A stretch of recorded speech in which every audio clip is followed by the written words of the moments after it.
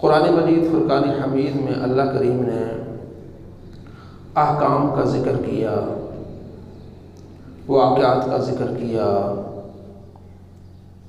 جن واقعات میں بہت ساری نصیحتیں بھی ہیں۔ ان واقعات میں آج ایک واقعہ قرآن مجید سے سنانے کی کوشش کریں گے، اور شاید یہ واقعہ آپ نے نہ سنا ہو، 99% لوگوں نے نہیں سنا ہوگا، کچھ لوگوں نے سنا ہو تو۔ سورہ نور ہے قرآن پاک میں، سورہ نور، اس میں یہ واقعہ موجود ہے قرآن پاک میں، اور ہماری جو حدیث کی کتابیں ہیں بخاری، مسلم، ان تمام کتابوں میں واقعہ موجود ہے۔ آپ صلی اللہ تعالیٰ علیہ وآلہ وسلم مدینہ میں تشریف فرما تھے۔ بنی مستلق ایک قبیلہ تھا، انہوں نے، یہ بخاری میں ہے، انہوں نے لوگ جمع شروع کرنے کر دیے، اپنے جنگجو جمع شروع کر دیے کہ ہم جا کے مدینے پر حملہ کریں گے۔ آپ صلی اللہ تعالیٰ علیہ وآلہ وسلم کو اس کا علم ہوا، تو آپ صلی اللہ تعالیٰ علیہ وآلہ وسلم نے اپنے ساتھیوں کو جمع کیا، مشورہ ہوا کہ بجائے کہ وہ یہاں آ جائے، ہم وہاں ہی ان کی طبیعت صاف کر دیتے ہیں۔ چھوٹا سا قبیلہ تھا، مسلمان جمع ہوئے، مکے کے قریب یہ قبیلہ رہتا تھا، موسم بھی بہتر تھا، فتح کے چانسز زیادہ تھے، کامیابی کے چانسز زیادہ تھے۔ چونکہ قرآن پاک میں جا بجا ملتا ہے کہ جب بھی لڑائی ہوتی ہے منافق بھاگ جاتے ہیں، جب جھگڑا ہوتا ہے، لڑائی ہوتی ہے، جنگ بدر ہو، جنگ احد، منافق بھاگ جاتے تھے، دیکھتے تھے کہ یہاں ہم نہیں جیتیں گے تو اپنی جان بچا کے بھاگ جاتے تھے، اللہ جتوا دیتا تھا۔ اس لیے اسلام ایک بہت بڑا کبیرہ گناہ ہے، کبیرہ گناہوں کی جو لسٹ بنائی گئی ہے اللہ کے نبی نے بتائی ہے، اس میں ایک وہ کبیرہ گناہ ہے کہ جب جنگ ہو رہی ہو آپ پیٹ پھیر کے بھاگ جائیں، یہ کبیرہ گناہ ہے۔ آپ بزدلی نہ دکھائیں، بہادری دلیری دکھائیں۔ تو منافقوں کا یہ طریقہ ہوتا تھا کہ وہ نہیں جاتے تھے، بہانے بنا دیتے تھے، لیکن اس جنگ میں تقریباً سارے شریک ہوئے کیونکہ فتح کے چانس زیادہ تھے۔ تو آپ صلی اللہ تعالیٰ علیہ وآلہ وسلم تشریف فرما ہوئے، تو آپ علیہ السلام کا طریقہ کار یہ تھا کہ جب آپ علیہ السلام کہیں بھی جانے کا ارادہ فرماتے تو اپنی ازواج میں قرآن اندازی فرماتے۔ ایٹ اے ٹائم آپ صلی اللہ تعالیٰ علیہ وآلہ وسلم کی 9 بیویاں تھیں، ویسے تو 11 تھی، لیکن موجود آپ علیہ السلام کے 9 بیویاں تھیں۔ آپ علیہ السلام ان کو باری باری آپ علیہ السلام ٹائم بھی دیتے تھے، تو پھر ان کو اگر کسی ایک کو لے جانا ہوتا تو دوسرے کی دل آزاری ہوگی، اس لیے آپ علیہ السلام انصاف پسندی کا تقاضا کرتے، اس میں قرآن اندازی کرتے تھے، جس کا نام نکلا اس کو ساتھ لے کے جاتے تھے، اس کی بڑی خوش نصیبی ہوتی تھی۔ اس جنگ میں جانے سے پہلے آپ صلی اللہ تعالیٰ علیہ وآلہ وسلم نے قرآ ڈالا تو نام حضرت عائشہ رضی اللہ تعالیٰ عنہا کا نکلا، تو حضرت عائشہ رضی اللہ تعالیٰ عنہ بڑی خوشی سے آپ صلی اللہ تعالیٰ علیہ وآلہ وسلم کے ساتھ چل پڑی۔ یہ 5ویں ہجری کا واقعہ ہے، یعنی آپ صلی اللہ تعالیٰ علیہ وآلہ وسلم جب مدینے میں تشریف فرما ہوئے تھے تو یہ 5واں سال تھا۔ اب اس کے بعد 5 سال اور آپ علیہ السلام رہے، جو مزید فتوحات کا دور آیا۔ تو حضرت عائشہ رضی اللہ تعالیٰ عنہ آپ صلی اللہ تعالیٰ علیہ وآلہ وسلم کے ساتھ ہولی، وہاں گئے، لڑائی ہوئی تو مسلمان جیت گئے، 10 کافر مارے گئے، مسلمانوں کا ایک جنگجو شہید ہوا، وہ بھی اپنی غلط فہمی سے، اپنے ہی کسی مسلمان کے ہاتھ سے ہوا، تو 10 ان کے مارے گئے تو فتح یاب ہوا ہے۔ اسی دوران منافقوں نے بڑی کوشش کی کہ مسلمانوں کو آپس میں لڑائیں۔ منافقوں کا سردار تھا عبداللہ بن ابی۔ اسے تکلیف نبی صلی اللہ تعالیٰ علیہ وسلم سے بہت زیادہ تھی۔ اس کی وجہ یہ تھی کہ نبی صلی اللہ تعالیٰ علیہ وسلم ابھی مدینے میں تشریف نہیں لائے تھے، تو لوگ اس کو سردار بنانا سوچ رہے تھے۔ یہ جو حکومت کی جنگیں ہیں نا، یہ یہی ہوتی ہے کہ میں وزیر بنوں تو میں مشیر بنوں، تو اس کو سردار بنانا تھا مدینے کا۔ آپ صلی اللہ تعالیٰ علیہ وسلم جب مدینے میں تشریف لائے تو سب مسلمان ہو گئے۔ آپ کے ہوتے ہوئے، سورج کے ہوتے ہوئے تو پھر تو آپ علیہ السلام پر ایمان لائے تو سارے آپ علیہ السلام کے مرید بن گئے، آپ کے امتی بن گئے، تو اس کی طرف کسی نے دیکھا ہی نہیں۔ پہلے 2-4 سال تو وہ مسلمان نہیں ہوا، پھر اس کے بعد اس نے منافقت سے اسلام لایا، لیکن اندر سے وہ جڑیں کاٹنے کی پوری کوشش کر رہا تھا مسلمانوں کی۔ اس نے وہاں 2-4 واقعات میں دخل اندازی کر کے مسلمانوں کو لڑانے کی پوری کوشش کی، لیکن آپ صلی اللہ تعالیٰ علیہ وسلم نے اس پر پیار محبت سے اس کو مٹا دیا۔ جب مسلمان جیت کے واپس آئے، جو یہاں واقعے کی شروعات ہوتی ہے، مسلمان جب جیت کے واپس آئے، مدینے کے قریب ہوئے، تو حضرت عائشہ رضی اللہ تعالیٰ عنہ چونکہ آپ علیہ السلام کے ساتھ تھیں، تو وہ طریقہ کار یہ ہوتا تھا کہ جو مرد حضرات تھے وہ گھوڑوں پر، اونٹوں پر ہوتے تھے، جو فیمیل ہیں، عورتیں ہیں، ان کے لیے اونٹ پر کجاوا رکھا جاتا تھا۔ اس کجاوے پر چادر ہوتی تھی، وہ اندر اس کو ہودج بولتے ہیں، وہ اس میں ہوتی تھی، پردے میں ہوتی تھی، کیونکہ وہ جب جنگ میں جاتے تھے تو یہی روٹی پکاتی تھی، بہت ساری چیزیں ان کے پیچھے کرتی تھی، تو ان کو پھر کجاوے میں رکھا جاتا تھا۔ تو کیا ہوتا تھا، جب اونٹ بیٹھتا تھا تو پھر 2-4 بندوں کی ذمہ داری ہوتی تھی کہ وہ کجاوا اٹھا کے نیچے رکھتے تھے۔ وہاں سے جو امہات المومنین یا حضرت عائشہ وہ نکل کے اپنی ضرورت پوری کر لیتی تھی، سائڈ پہ ہو جاتی تھی۔ مدینے کے قریب جب یہ قافلہ پہنچا، رکا رات کے ایک حصے میں، تو حضرت عائشہ رضی اللہ تعالی عنہ اپنے جب صحابہ نے کجاوا اونٹ سے نیچے رکھا کہ بھی یہاں تھوڑی دیر کے لیے آرام کرنا ہے، کھانا پینا ہے، جس نے واش روم جانا ہے ظاہر ہے جنگل میں چلا جائے، اپنے حساب سے ہو کے آ جائے۔ تو حضرت عائشہ رضی اللہ تعالی عنہ بھی اپنے چلی گئیں۔ جب واپس آئی تو ان کا جب دیکھا کہ ان کے گلے میں ہار نہیں تھا، کہ میرا ہار تو گم ہو گیا ہے، اس کو پھر ڈھونڈنے گئی۔ اب وہ دلیر تھیں اس وقت عورتیں، رات کو بھی اکیلے جنگل میں، اور ساتھ نبی علیہ السلام تھے، صحابہ تھے، کوئی ایسی بات نہیں تھی۔ تو وہ جب ہار کو ڈھونڈنے گئیں تو ٹائم لگ گیا۔ پیچھے سے جو صحابہ تھے جنہوں نے کجاوا اٹھانا تھا، وہ اٹھا کے انہوں نے سمجھا کہ ادھر بیٹھی ہیں۔ اس زمانے میں اتنا وافر مقدار میں کھانا نہیں ہوتا تھا کہ لوگ موٹے ہو جاتے تھے۔ حضرت عائشہ خود فرماتی ہیں کہ ایسا ابھی وہ نہیں تھا، مطلب رکی سکی پہ گزارا ہوتا تھا۔ تو انہوں نے سمجھا کہ وہ بیٹھ گئی ہیں۔ ایک مدت ہوتی ہے جیسے اذان لیتے ہیں، اس کے بعد اندازن ہوتا ہے 15 منٹ کے بعد نماز پڑھی ہو جائے گی، تو وہ سمجھا کہ بیٹھ گئی۔ انہوں نے وہ کجاوا اٹھایا اور اونٹ پہ رکھ لیا، چل دیے۔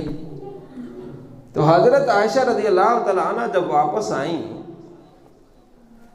قافلہ جا چکا تھا، اب بیٹھ گئی وہیں، اور یہ آپ کی عقل مندی اور دانش مندی کی دلیل ہے، آپ وہیں بیٹھ گئیں کہ جب آگے جائیں گے جہاں وہ دیکھیں گے کہ میں نہیں ہوں تو واپس ادھر ہی لوٹیں گے، تو آپ وہاں بیٹھ گئیں اور انتظار کرنے لگیں۔ اسی انتظار میں رات کے پہر میں آپ کو نیند آ گئی۔ حضرت عائشہ رضی اللہ تعالیٰ عنہ کو نیند آ گئی۔ آپ صلی اللہ تعالیٰ علیہ وسلم کی جنگی حکمتوں میں سے ایک حکمت یہ بھی ہوتی تھی کہ قافلہ جا رہا ہے، پیچھے ایک بندے کی ڈیوٹی لگائی جاتی تھی۔ 2-4 گھنٹوں کے بعد پیچھے بندہ آئے، کسی کا سامان گر گیا ہے وہ اٹھا لے، کوئی بچہ یا کوئی ایسی چیز یا اونٹ گم ہو گیا تو وہ پیچھے سے لیتا ہوا ہے۔ تو پیچھے سے ایک صحابی کی ڈیوٹی تھی، اس کا نام تھا صفوان۔ اس صحابی کا نام تھا صفوان۔ وہ فجر کے ٹائم جب وہاں پہنچے کیونکہ پیچھے قافلہ چل رہا تھا۔ فجر کے ٹائم جب پہنچے تو انہوں نے دیکھا کہ ایک چیز ایسے نا جیسے ابھی اجالا ہوتا ہے، تھوڑا سا اندھیرا ہوتا ہے، تو وہ چیز کوئی چیز پڑی ہوئی ہے ایسے ہی۔ جب وہ حضرت صفوان قریب گئے تو انہوں نے حضرت عائشہ رضی اللہ تعالیٰ عنہ کو پہچان لیا اور کہنے لگے انا للہ و انا الیہ راجعون۔ حضرت عائشہ رضی اللہ تعالیٰ عنہ فرماتی ہیں کہ حضرت صفوان نے مجھے پردہ فرض ہونے سے پہلے، عورتوں کے لیے پردہ جو ہے یہ لازم ہونے سے پہلے انہوں نے مجھے دیکھا تھا، اس کے بعد پردہ لازم ہو گیا کہ عورتیں پردہ کریں، تو انہوں نے یہ پڑھا انا للہ و انا الیہ راجعون۔ تو ان کے اس پڑھنے سے میں جاگ گئی، بس اتنا انہوں نے پڑھا اور انہوں نے اونٹ بٹھایا اور میں اونٹ پر سوار ہو گئی۔ دوپہر کے ٹائم ہم جا کے قافلے سے ملے، ادھر سے منافقوں نے بات کرنا شروع کر دی، بھائی صبح سے لے کر ایک مرد اور ایک عورت اکیلے آئے ہیں، دوپہر تک اکیلے آئے ہیں، گندی باتیں، ابہام والی باتیں، تہمتیں لگائیں انہوں نے شروع کر دی حضرت عائشہ رضی اللہ تعالیٰ عنہا پر، اور یہ بات بڑی پھیل گئی۔ نبی صلی اللہ تعالیٰ علیہ وآلہ وسلم بھی پریشان ہوئے، پھر منافق آپس میں جٹ گئے، کچھ مسلمانوں کو کے ذہنوں کو بھی خراب کیا۔ حضرت عائشہ رضی اللہ تعالیٰ عنہ فرماتی ہے کہ مجھے تو پتہ ہی نہیں تھا، میں واپس آئی، سفر کی تھکاوٹ کی وجہ سے مجھے بخار ہو گیا، 1 مہینہ میں بخار میں مبتلا تھی۔ تو ایک رات کو میری سہیلی جو تھی، میری رشتہ دار بھی تھی، وہ میرے ساتھ واش روم کے لیے باہر گئیں، تو ان کی چادر کسی کانٹے سے اٹکی، تو انہوں نے چادر ہٹاتے ہوئے ان کا جی مستہ کو اللہ برباد کرے۔ وہ مستہ کی ماں تھی، مستہ ایک صحابی تھے، اس کی ماں تھی، تو کہنے لگی میں نے کہا کہ آپ بد دعا دینے لگی ہیں۔ وہ حضرت ابو بکر کی خالہ تھی جو حضرت عائشہ کے ساتھ گئیں، تو انہوں نے کہا تمہیں پتہ نہیں کہ باہر لوگ کیسی باتیں کر رہے ہیں؟ انہوں نے کہا میں تو نہیں جانتی۔ انہوں نے کہا یہ بڑی بری باتیں کر رہے ہیں اور اس میں میرا بیٹا بھی شامل ہے، اس لیے میں نے اس کو بد دعا دی ہے۔ کہتے میرے قدموں سے تو پاؤں نکل گئی، میں گھر آئی، میں نے آپ علیہ السلام سے اجازت چاہی کہ مجھے اپنے والدین کے پاس جانے دیں، تو آپ صلی اللہ تعالیٰ علیہ وآلہ وسلم نے جانے دیا۔ پھر میں گھر جا کے اپنی والدہ سے میں نے پوچھا، ان کا جی اس طرح منافقوں نے باتیں شروع کر دی ہیں۔ تو آپ صلی اللہ تعالیٰ علیہ وآلہ وسلم آتے تھے، لیکن پہلی توجہ نہیں ہوتی تھی جو پہلے جب میں بیمار ہوتی تھی، جس طرح آپ علیہ السلام بیٹھتے تھے، سر دباتے تھے، پوچھتے تھے، ان دنوں میں آپ علیہ السلام کی وہ توجہ نہیں تھی۔ تو میں 2 راتیں، جب مجھے پتہ چلا 2 راتیں مجھے نیند نہیں آئی، اتنا بڑا الزام تھا۔ تو اسی دوران اللہ تبارک و تعالیٰ نے حضرت عائشہ کی پاک دامنی قرآن میں نازل فرما دی۔ مشکل کے بعد آسانی ہوتی ہے، 2 راتیں نیند نہیں آئی، آپ علیہ السلام بھی پریشان ہوئے، آپ علیہ السلام نے صحابہ سے بھی مشورے کیے کہ منافق ایسی بات کرتے ہیں۔ آپ نے کوئی اعلان نہیں کیا ممبر پر کھڑے ہو کے، کیونکہ منافقوں نے کہنا تھا کہ اپنے گھر کی بات ہے، اس لیے آپ اپنے منہ سے کہہ رہے ہیں۔ آپ نے انذار کیا، 18 آیتیں حضرت عائشہ کی شان اور پاک دامنی پر اتر آئیں۔ کتنی آیتیں؟ 18 آیتیں۔ اس کا ذکر اللہ تبارک و تعالیٰ نے قرآن میں کیا ہے اور مسلمانوں کو سمجھایا ہے۔ اللہ نے اسی واقعے کے مناسبت سے مسلمانوں کی اصلاح فرمائی۔ اللہ فرماتا ہے ان الذین، بے شک وہ لوگ، جاؤ جو آئے، بالافک، تہمت لے کر آئے، جنہوں نے تہمت باندھی ہے، اسوۃ منکم، تم میں سے ایک گروہ ہے، لا تحسبوا شرا لکم، اسے اپنے لیے برائی نہ سمجھنا، بل هو خیر لکم، بلکہ یہ تمہارے لیے کیا ہے؟ بہتر ہے، رحمت کے دروازے کھولیں گے، اس میں مزید وضاحت آئے گی، مسلمانوں کی اصلاح ہوگی۔ بل هو خیر لکم، تمہارے لیے بہتر ہے۔ لکل امرئ منہم ما اکتسب من الاثم، ہر آدمی کے لیے وہی ہے جو اس نے گناہ کمایا، جس نے اس میں حصہ ڈالا۔ 4 صحابی تھے، ایک صحابیہ تھی اور 3 صحابی تھے۔ حضرت حسان بن ثابت بہت بڑے نعت گو شاعر تھے، وہ بھی پھسل گئے تھے۔ باتوں میں آ جاتے ہیں نا، بندہ بڑا بندہ بھی باتوں میں آ جاتا ہے، وہ بھی پھسل گئے کہ اس لیے نبی علیہ السلام فرمایا ہر کسی کی بات کو سن کے یقین مت کرو۔ یہ آدمی کے جھوٹے ہونے کی علامت ہے کہ ہر سنی سنائی بات پر یقین کر لے۔ اللہ فرماتا ہے جس نے جتنا حصہ لیا، والذی، وہ جو، تولا، پھرا، کبرہ، جتنا اس نے بڑا پن اس میں لیا، جتنا حصہ اس نے لیا، لہو عذاب عظیم، اس کے لیے بہت بڑا عذاب ہے۔ اللہ کریم فرماتے ہیں لولا، ایسا کیوں نہیں ہوا، اذ سمعتموہ، جب تم نے یہ باتیں سنی تھی، کیونکہ منافقوں کو تو ایسی چیز چاہیے تھی، بات کو پھیلانا۔ اللہ فرماتے ایسا کیوں نہیں ہوا، ظن المؤمنون، مومنوں نے اچھا گمان کیوں نہیں کیا، والمؤمنات، اور مومن عورتوں نے اس بارے میں یہ گمان کیوں نہیں کیا، بِأَنفُسِهِمْ خَيْرًا، کہ ہمارے لیے بہتر ہے، یہ ہماری ماں ہے، ایسی بات انہوں نے کیوں نہیں کی۔ اور آگے مزید اللہ فرماتا ہے وَقَالُوا هَذَا إِفْكٌ مُبِينٌ، اور انہوں نے یہ کیوں نہیں کہا کہ بہت بڑا بہتان ہے، یہ بات کیوں نہیں کی۔ سب نے یہ کہنا تھا لولا جاؤ علیہ باربعۃ شہداء، ایسا کیوں نہیں کہا کہ میں 4 گواہ لے آؤں، یہ باتیں بھی کھڑے ہو کے کرنی تھی، یہ باتیں کیوں نہیں کی۔ فَإِذْ لَمْ يَأْتُوا بِالشُّهَدَاءِ، اور جب وہ گواہ نہ لاتے، فَأُولَٰئِكَ عِندَ اللَّهِ هُمُ الْكَاذِبُونَ، تو اللہ کے نزدیک وہ جھوٹے ہوتے ہیں۔ یہ باتیں یعنی کہ جب آپ سے کوئی بات کرے آپ اس کو ٹوک دو، بھائی کیسی بات کر رہے ہو یار، منہ بند کرو، ہمیں نہیں پتہ اس بارے میں، یہ ساری باتیں اللہ فرماتا ہے ایسی بات جو کرتے ہو کسی ماں بہن کے بارے میں، کسی کے بارے میں، او بھائی مجھے نہیں پتہ، بات بدل لے، ہمیں نہیں پتہ، تو یہ بہتان جو باندھتے ہو کیا گواہی ہے تمہارے پاس۔ اللہ فرماتے ہیں وَلَوْلَا فَضْلُ اللَّهِ عَلَيْكُمْ وَرَحْمَتُهُ، اگر اللہ کا فضل اور اللہ کی رحمت نہ ہوتی تم پر، فی الدنیا والآخرہ، دنیا و آخرت میں، لمسکم، تمہیں چھوتا، فیما افدتم فیہ عذاب عظیم، جس کام میں تم پڑ گئے بہت بڑا عذاب تم پر آتا۔ یہ اللہ کا فضل ہے کہ تم بچ گئے۔ تحسبونہ ہینا، اللہ فرماتے ہیں ان باتوں کو تم ایسے ہی سمجھتے ہو، یہ کوئی عام بات ہے، کسی کے بارے میں کہنا، کسی کی بیٹی، کسی کی ماں، کسی کے بھائی کے بارے میں کہنا، یہ تم کیا سمجھتے ہو، بس بات کر کے نکل گئے، یہ کوئی آسان بات ہے؟ نہیں۔ وَهُوَ عِندَ اللَّهِ عَظِيمٌ، اللہ کے پاس، اللہ کے نزدیک بہت بڑی بات ہے۔ جب کسی پر تہمت لگاؤ، کسی کے بارے میں جھوٹ بولو، تو اللہ کے نزدیک بہت بڑی بات ہے۔ تم ایسے کہہ کے نکل گئے، اشارہ کر کے نکل گئے، ٹچکر کر کے نکل گئے، یہ عام بات نہیں ہے۔ اللہ نے معاشرے کو سیدھا رکھنے کا پورا حکم دیا کہ یہ کوئی عام چیز نہیں ہے، تم اس کو آسان سمجھتے ہو۔ وَلَوْلَا، ایسا کیوں نہیں ہوا، اِذْ سَمِعْتُمُوهُ، جب تم نے یہ بات سنی تھی، قُلْتُم، تم کہتے مَا يَكُونُ لَنَا أَن نَتَكَلَّمَ بِهَذَا، ہمیں یہ بات نہیں کرنی، ایسا کیوں نہیں ہوا۔